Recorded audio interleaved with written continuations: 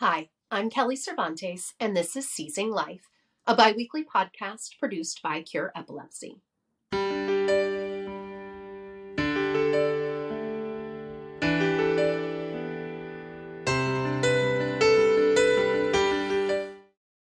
Today, I'm happy to welcome Jack Summers to the podcast.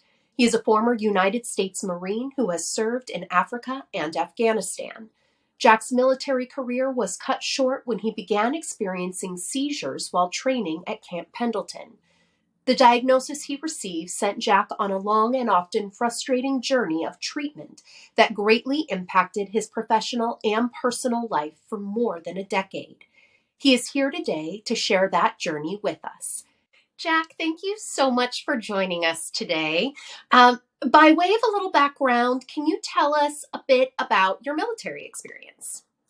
Yeah, so I was commissioned in 2007 out here in Chicago as a second lieutenant, and then I was in the Marine Corps for about 6 years. And during that time, I spent most of the time out in California at Camp Pendleton and twice deployed. First deployment was on a ship. We went kind of all around the world, different places, which was a lot of fun. Then the second deployment was to Afghanistan, a slightly different vibe, if you will. So in a nutshell, that was most of my time in the Marine Corps. Well, thank you so much for your service. I know that we all appreciate that. Switching gears slightly, how did epilepsy first enter your life? After my deployment to Afghanistan, I came back, and about a month and a half later, I was running the local Turkey Trot during Thanksgiving. And as I passed the finish line, a lot of people that are local that I'm very good friends with, they started asking me about a deployment that I had recently gone on. And I had no idea what they were talking about. I really didn't know where I was, what I was doing. I didn't know who the people were that were asking me these questions. And these are lifelong friends. These are folks that not only do I know them, they're friends with my parents, but their sons and daughters are some of my best friends too.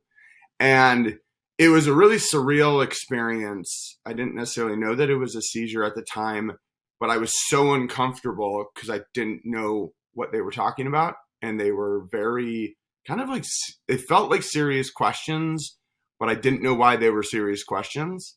And so I just kind of walked away and just tried to leave the whole area where everybody was congregating. And as I started walking home, I just started picking up on, oh, I recognize that house. Oh, I recognize, this ball field. And things started coming back to me. And as I finally arrived home after about 20 minutes, I knew that something had happened that was not normal, but I didn't know what it was. And that was kind of my first seizure experience. And then I understand you had two more seizures after that one. Tell us about that. Yeah, my next seizure was actually a drop seizure, which was the first of many that I ended up having. And that I just dropped in my kitchen. I was cooking and just kind of dropped like a sack of potatoes. And then I had another of my absent seizures where I called one of my roommates into the room. And during my absent seizures, I always remember one name. There's like one name that sticks out that is like, oh my gosh, I got to talk to Travis. I've got to talk to Ryan. I've got to talk to Brett, whatever it might be. I've got to talk to my mom. And it's just that. That's all I remember. And that was my first absence, or my second absent seizure. And then they just kind of started rolling in, 1, 2 a month. And most of those were absent seizures. Several of them were when I was working out or in the morning. Often they would happen. And so that was kind of like this, you don't know what happened. It was a seizure. And then all of a sudden, it's just this kind of wave of, at least I experienced this big wave of more and more of them. And they started getting more severe and they started changing in form to all the way to then two grand mal seizures, which is why I was separated from the Marine Corps. And I want to get to that. Your story, I feel, is all too common where it just starts with one and then maybe a couple months later there's another. And then it's like the floodgates open and seizures are occurring regularly. So when and how were you diagnosed with epilepsy? That's a really good question. I I wasn't actually. I didn't know that I had epilepsy until about a month ago, Wait, and and I'm sorry, you started having your seizures when? How many years in ago? 2010. So it's 2010. you got your first epilepsy diagnosis 12 years after your first seizure. Yeah, that's correct. So what were you diagnosed with when you had your first seizure? When you got your first diagnosis, I should. Yeah. After my second grand mal seizure, I was diagnosed with generalized seizure disorder, and that was I thought that was totally different than epilepsy. That's what I didn't know, and that's what really blew me away about a month ago when I asked doctors, because they kept saying, "Oh, we're going to find out what kind of epilepsy you have, and we're going to keep monitoring you for 5 or 6 days." And because we're looking at two different kinds of epilepsy, and I was laying on the bed with all these things all over my head that are, figuring out what's going on in with my brain and neurologically. And I just stopped and I said, "Do I have epilepsy?" And he said, "Well, yes, you've had epilepsy for a long time. We're just trying to figure out if it's two different forms of epilepsy." And it, I couldn't believe it. I have just always thought that generalized seizure disorder was what I had. I was never told that I had epilepsy. Or that, a generalized seizure disorder is the exact same thing as epilepsy. It's the same exact thing. Yeah. And I do want to get to that in a little bit because, I do think it's so incredibly important that we use the word epilepsy because there are so many treatments and services out there that are tied to the word epilepsy and not to seizure disorder. And so I do want to get to that in a moment, but I want to dive a little bit further into your story first. So you are, it's 12 years before you get an epilepsy diagnosis. You have the generalized seizure disorder diagnosis, which in the grand scheme of the medical world doesn't necessarily do you a lot of good. But were you put on medication? What did your treatment look like over those dozen years? Yeah, I'm probably, I would say 40 to 50 different treatment plans over 12 years of maybe mm, probably 10 to 12 different medications, but the dosages, the you're going to take more of this, less of that. You're going to take more of these two. You're going to take less of this one. You've got to take this one at this time. We're going to up your dose here. It was excruciatingly painful to go through this with all these different treatment plans. Nothing seemed to work, but it was all about generalized seizure disorder. So to a point, I'm like, I don't know. Like, I don't know what that really means. I don't know what it is. I don't know how hard I have to work to help my doctors. How much are my doctors supposed to help me? And when you're going through all these different treatment plans, which I would venture to guess is very common, especially with anyone who has generalized seizure disorder, you're kind of in this purgatory space. You're like, are you supposed to help me? Am I supposed to help you? What is help? What is the goal here? Am I supposed to get to no seizures? Am I supposed to get to some seizures? How long? When? There's a huge learning curve, right? That comes with entering the world of chronic illness and needing to understand how much you have to advocate for yourself. And I'm just thinking, especially when all of this is happening, you're, in your early to mid 20s.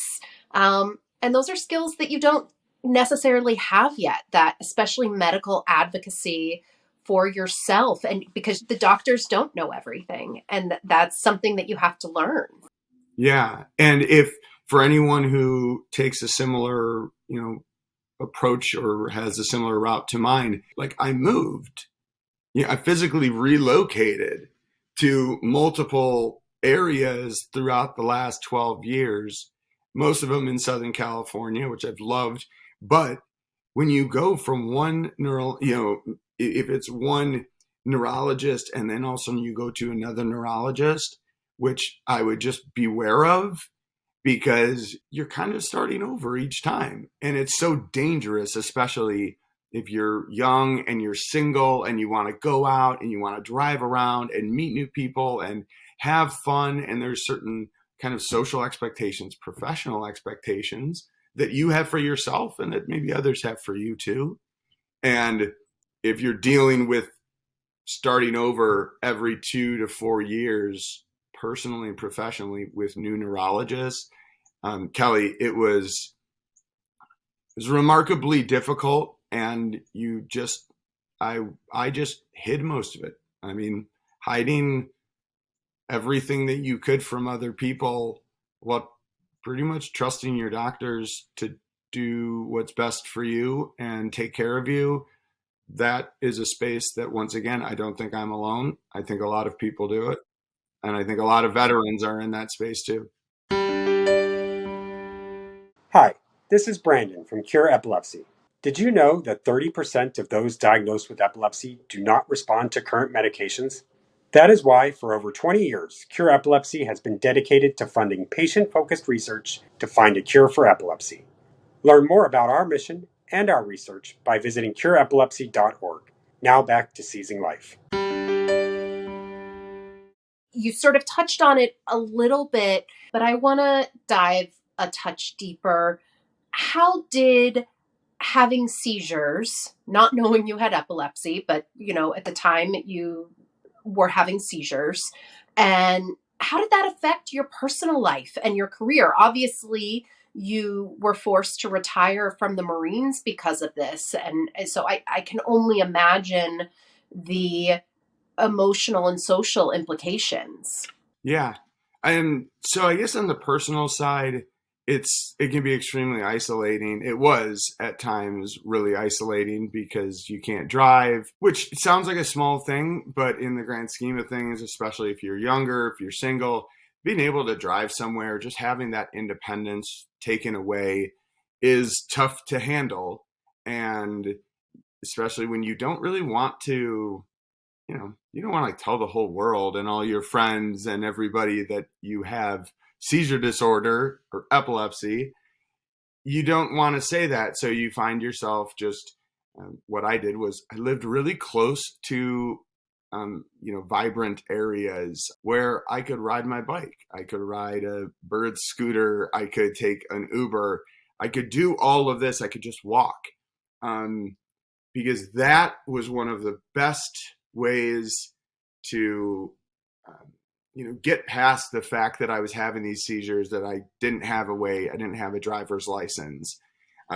Professionally, yeah, I loved being in the Marine Corps. It was so much fun for me. I felt like I was, a pretty strong Marine, and I was fortunate and so blessed to be what I thought was a really solid leader. To not have that opportunity, it was confusing because I didn't know where to go. I left the Marine Corps and it was pretty much like take a bunch of pills and go on with life. I was like, but I can't drive. I'm having these seizures which knock you out for at least a day, sometimes more. I didn't know if employers were going to be very cool with that. I didn't think they would be. So did you tell people, or did you keep it quiet that you had epilepsy? I kept it extremely quiet. Yeah. I was convinced that I could overcome it. I was convinced that it was not impacting me the way that it would impact others. But that was obviously not the case. And if I could do it over, I would do many things over and not be so stubborn, not be so hard on myself. But I think that's all too common in the community is to think, no, I can get past this. I can do it. And it just keeps punching back. Yeah, I think it's hard, especially with, anything neurological, be it epilepsy, be it, mental health, be it any of these things. It feels like something that we should just be able to think ourselves out of. But, it's a physical ailment just like anything else. You're not going to be like, well, I'm going to think myself out of high blood pressure. Like, it doesn't work that way, right? But because it's in our brain, I think so often we're like, well, it's just something that we can think our way out of. How were your employers? So, clearly, you were able to get a job. Did you ever have seizures at work? Yeah, getting a 9 to 5, I found that to be extremely difficult. I've always kind of had more of like an entrepreneurial interest, and that's been a little bit more in my blood. And so I stuck to that for many years, and I was really fortunate to have some success on that end. But as I started having more seizures, I realized that, once again, not having a driver's license, and this is 2015, 16, 17, it was a little bit before a lot of Zoom meetings were really popular, before you could, the virtual meetings were, I would say, like really accepted. It was still a lot of one-on-one. Hey, if you got to drive 45 minutes or an hour to meet with someone, that was the culture. And getting my license taken away for 6 months or a year at a time, and basically just going flip-flopping, having 3 months with a driver's license, a year without, 2 months with a driver's license, a year without. It was like, man, I don't think I can be a very good entrepreneur if I can't visit any of my clients or any of my partners or any of my, mentors. It just, all of a sudden, you kind of felt like the walls were starting to collapse, or certainly, getting closer and closer. And so that made it difficult to follow up with. That last part was when I did get a 9 to 5. I studied computer science in 2017 and then got a 9 to 5. It was not long before I knew, I was having seizures, not just, I was having seizures when I came home or before I went to work. And it impacted my abilities. And that's no excuse. That's just like, I don't want them to know that I had seizure, that I had epilepsy, even though I didn't know. But it was like a knock on my confidence. It was a real humbling experience. And unfortunately, I was then terminated from that job, which was the first time that I was, fired. And it was so unlike me. I think that I hope other people understand that for me was kind of like the, whoa, things are happening that are really, really impacting me personally and professionally. And I've got to figure out what's going on. Well, for going from being, considering yourself to be this very fit soldier, and then you're back in the civilian world, and you're in the civilian world with a disability. Although I doubt at the time that you had wrapped your head around the fact that it was a disability, that you were working with a disability. And I can't even imagine, without the correct terminology around it, how frustrating, how lonely that must have been. Did you have a support network of family or, soldier friends around you? Yeah, I did. So I kept my world separate by perhaps living in California, and my friends out there knew what was going on at times, having 3, 4, 5 drop seizures where I smashed my head on a sidewalk or on a concrete road or on a curb and have to go to the emergency room and get stitches and have a concussion. People could see this. My friends could see it.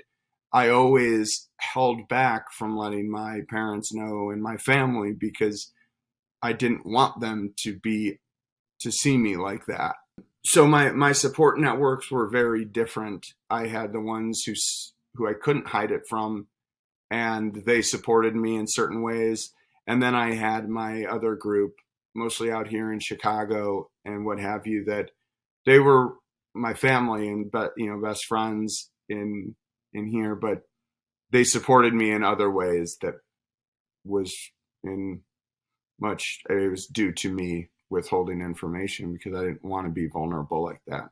So when did you start telling people? What was the impetus for you to let your family know what was going on? Yeah, it was about 2 years ago, and I moved back to Chicago when they saw how I was and having these episodes, having seizures, and I couldn't hide it from them anymore. I wanted to. It was like the worst feeling in the world. It was my two worlds colliding, and my parents are my heroes and my brothers and sisters I love so much, and I never ever ever wanted them to see me like that. They'd always call me Captain Jack, and I wanted to stay Captain Jack and serve and not feel like they had to help me. You can still be Captain Jack and need help. Yeah. Oh, you're breaking my heart.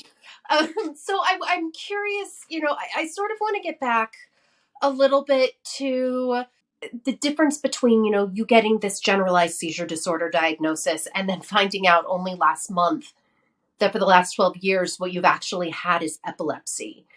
If you had known from the beginning that what you had was epilepsy, how could that have changed the trajectory of your life and where you are now? Yeah. I think look at how many generalized seizure help groups there are versus epilepsy help groups. Like, I don't know where a generalized seizure help group is. I've never seen one before, but epilepsy help groups and communities, they're huge, and they're there for a reason because it is so helpful to talk with other people who are going through or have gone through or will go through the same things as you.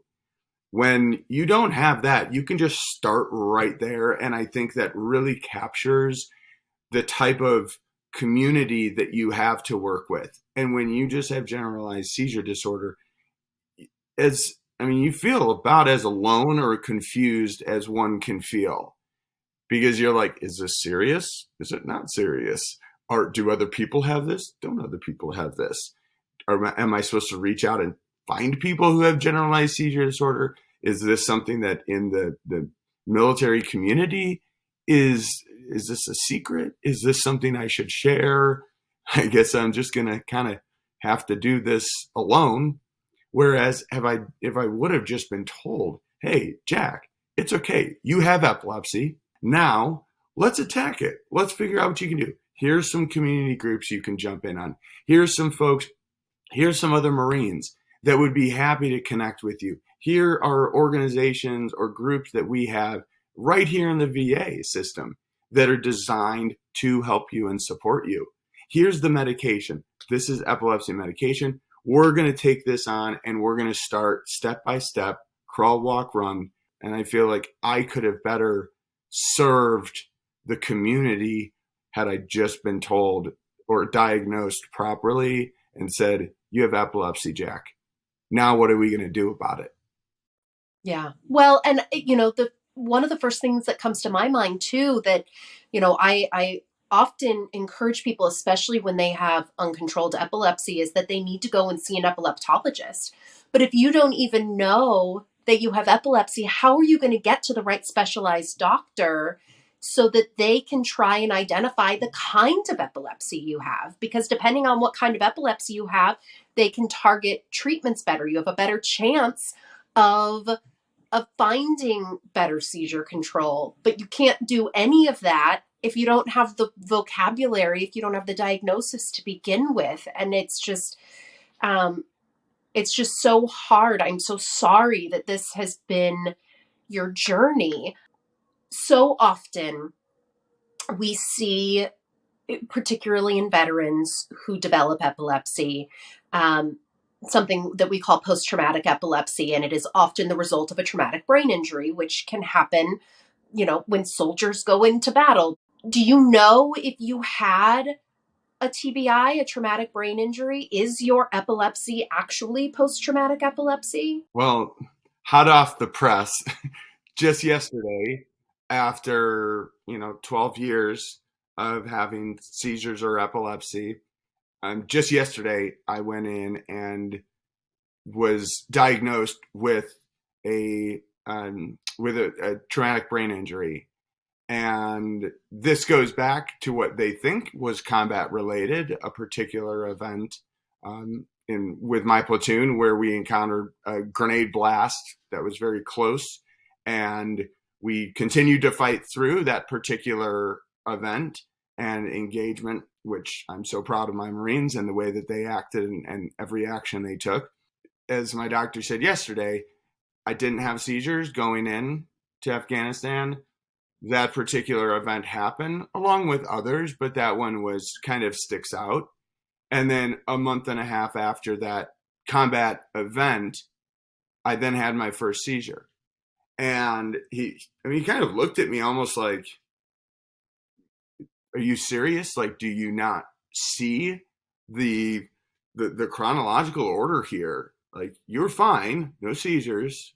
And then you had this event along with others, but then a month and a half, you have your first seizure, and then they start to snowball. It was amazing because, as the doctor said, like, kind of looked at me and looked at my parents, and we're like, doesn't this, like, look at it? It makes a whole lot of sense. It doesn't seem like very hard to piece these together, these events, no seizures, combat event, then you have, seizures immediately following. And that was amazing. It was so relieving. Kelly, it brought, I had like the best night's sleep last night that I've had in years, I swear, because I felt like for the first time, I understood what was going on and that they gave me a whole community, a whole team with a case manager, a coordinator who she said, if you have any questions, if you need to get in touch with anybody, call me. If you don't know who to call me and I'll figure it out. Now you have this care team, but on top of that, I can also imagine sort of the peace of mind that now you know where this came from. Like you understand why this is happening to you. You now have a diagnosis, you have a treatment plan, you have a team of doctors and people who can help you with all of the various symptoms and side effects and seizures and everything else that goes around along with it. And it all started because you just needed to get the word epilepsy. I have to imagine that that's comforting to just, there's power in having knowledge. My gosh, it's incredible. And the other part of this, anybody who has epilepsy or post-traumatic epilepsy, which doctors specifically used that yesterday, is if it's a residual from a traumatic brain injury, which epilepsy can be a residual, if you have a moderate to severe traumatic brain injury, you're then so much more likely, you're at high risk to develop post-traumatic epilepsy. And mine has been in the form of absent seizures, grand mal seizures, but then also drop seizures. And so anyone out there who has had or has post-traumatic epilepsy or has a traumatic brain injury, just like reach out before you start having those drop seizures. Because when you have a drop seizure, you don't know when it's going to happen. You just smash your head on the ground and it creates another TBI. And the more of these you have, and I had 4 or 5 of them in, maybe 6, 7, 8 months, then it's just like, it's another TBI, another TBI, another TBI. And you just add on to the issues and you add on to the kind of frustration that you have, which can cause anxiety, social interaction issues, go as far as, depression, anger, mood swings.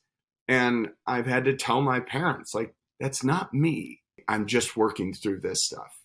And for anyone who has had a traumatic brain injury, even if you haven't been diagnosed, I encourage you to please reach out, whether it's me personally, get in touch with me, reach out to the Cure Epilepsy Foundation so that you don't get to where I have been. It's not fun. It's not fair. And honestly, it just hurts so many people around you that you no longer feel like you feel like a burden.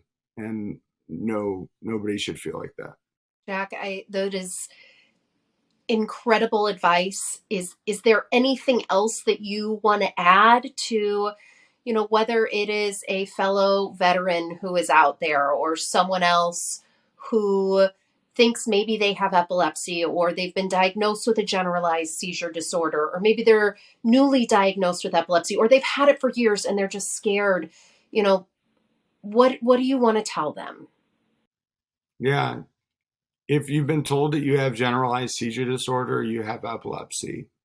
And start there and just look up epilepsy treatment groups around you, or look up different epilepsy help groups. Look up in the VA what options they have for folks with epilepsy.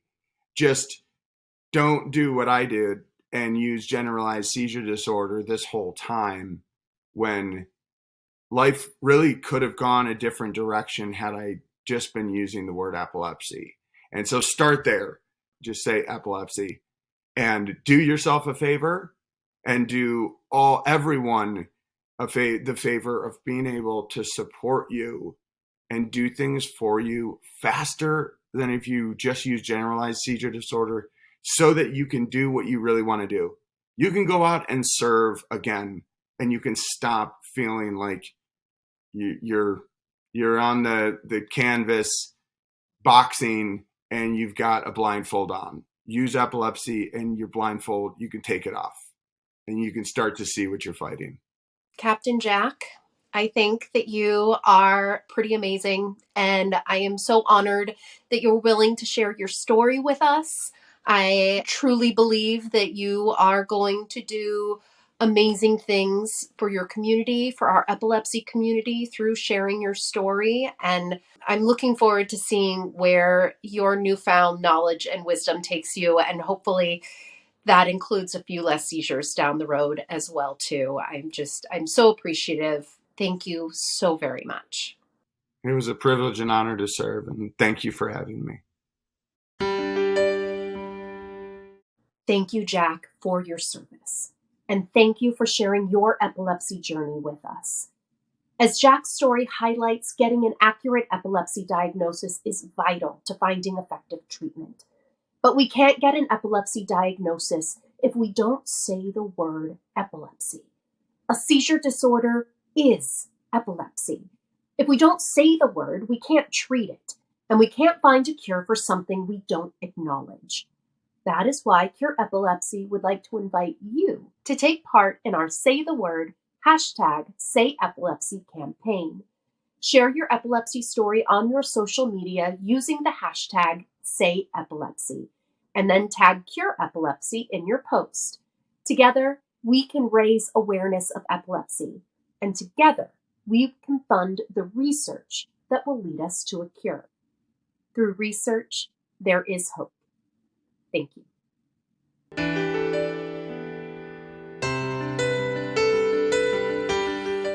The opinions expressed in this podcast do not necessarily reflect the views of Cure Epilepsy. The information contained herein is provided for general information only and does not offer medical advice or recommendations. Individuals should not rely on this information as a substitute for consultations with qualified healthcare professionals who are familiar with individual medical conditions and needs. Cure Epilepsy strongly recommends that care and treatment decisions related to epilepsy and any other medical conditions be made in consultation with the patient's physician or other qualified healthcare professionals who are familiar with the individual's specific health situation.